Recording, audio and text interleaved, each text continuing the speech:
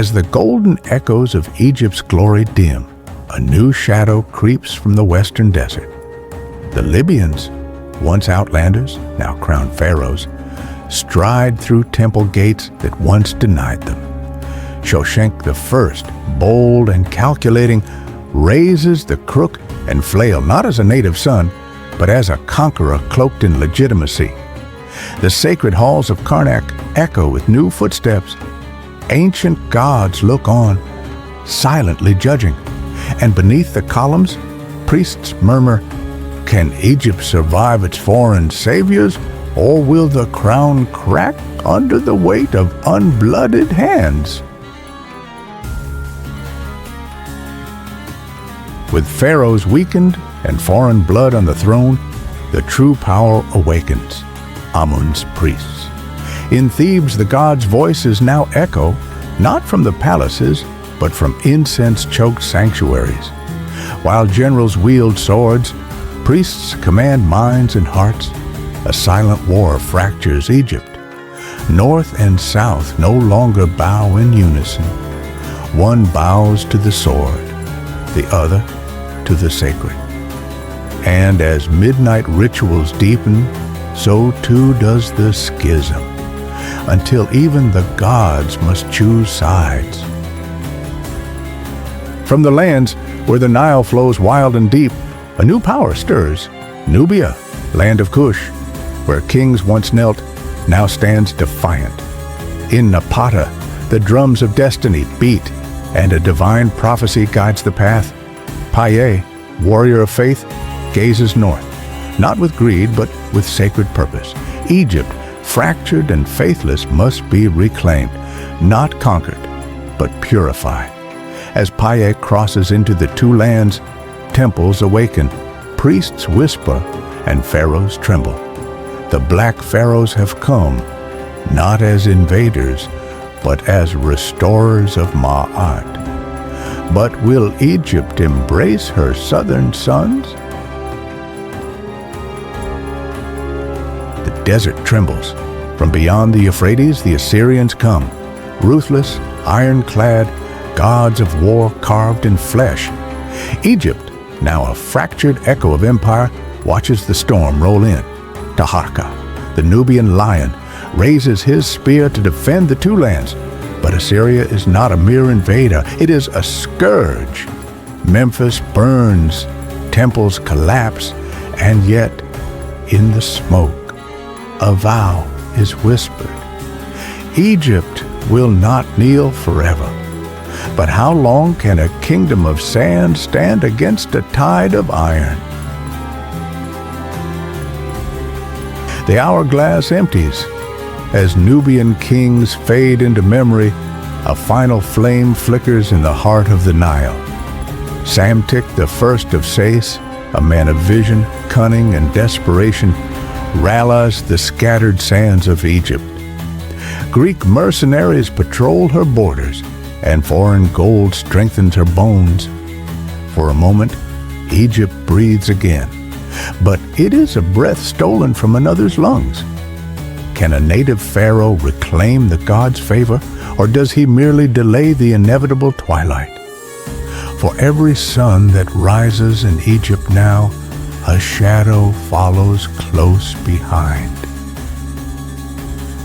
A desert storm from the east crashes upon the Nile, swift, ruthless, and cloaked in iron. Cambyses II, son of Cyrus the Great, does not come as a guest. He comes as a conqueror. Memphis burns. Sacred bulls are butchered. The gods fall silent beneath Persian banners, yet beneath the surface, resistance stirs. Egypt bows but does not break. In hidden sanctuaries and shadowed alleys, whispers swell. Prophecies of liberation, blood for blood, gods for gods. In the ashes of Persian tyranny, a spark is struck. Inaros, prince of the Delta, rises like a phantom from the reeds, his war cry tearing across the Nile like thunder. With Greek spears at his side and native fire in his heart, he dares challenge an empire, Egypt roars, temples awaken, statues, once silenced, begin to whisper freedom. Yet shadows coil in every corridor, betrayal, diplomacy, and vengeance intertwine. When Amyrtaeus seizes the throne a century later, the gods fall silent once more. The Persians return, not as liberators, but as executioners. Egypt, weakened and fractured, watches helplessly as Artaxerxes III crushes all who resist. Temples burn, priests are butchered, and the Nile runs with fear. The gods themselves seem silenced, yet in these darkest hours, flickers of rebellion haunt the edges of empire. Tombs are desecrated, cities wail, but in hidden crypts, sacred relics are buried from foreign eyes. Is this the end of Egypt, or the deep inhale before one last cry of defiance? The Nile grows still as a new shadow stretches across the desert, neither Persian nor priestly, but Macedonian. Alexander the Great, crowned in Memphis, walks where Ramses once strode. Yet he is no mere conqueror. The oracle of Siwa calls him son of Amun. Egyptian hearts tremble, not from fear, but confusion. Is this the end of their story, or a rebirth draped in foreign silk? As Hellenic temples rise beside shattered obelisks, and Greek is etched beside sacred glyphs, Egypt dreams again, but in whose image? Alexander is gone. His armor now rests beneath the sands, his ambitions scattered like petals on the Nile. But his legacy does not vanish. It transforms. In Egypt, it takes root, not as a memory, but as a new beginning. His general, Ptolemy, does not plunder the throne. He ascends it, not by force, but by myth. He wears the double crown, speaks to the gods, and walks the line between conqueror and son of Ra. He becomes Pharaoh and founder. Under his rule, the Nile flows into marble harbors. The ancient gods are not erased, but translated. Temples of Isis echo within Greek theaters. Hymns resound beside geometry.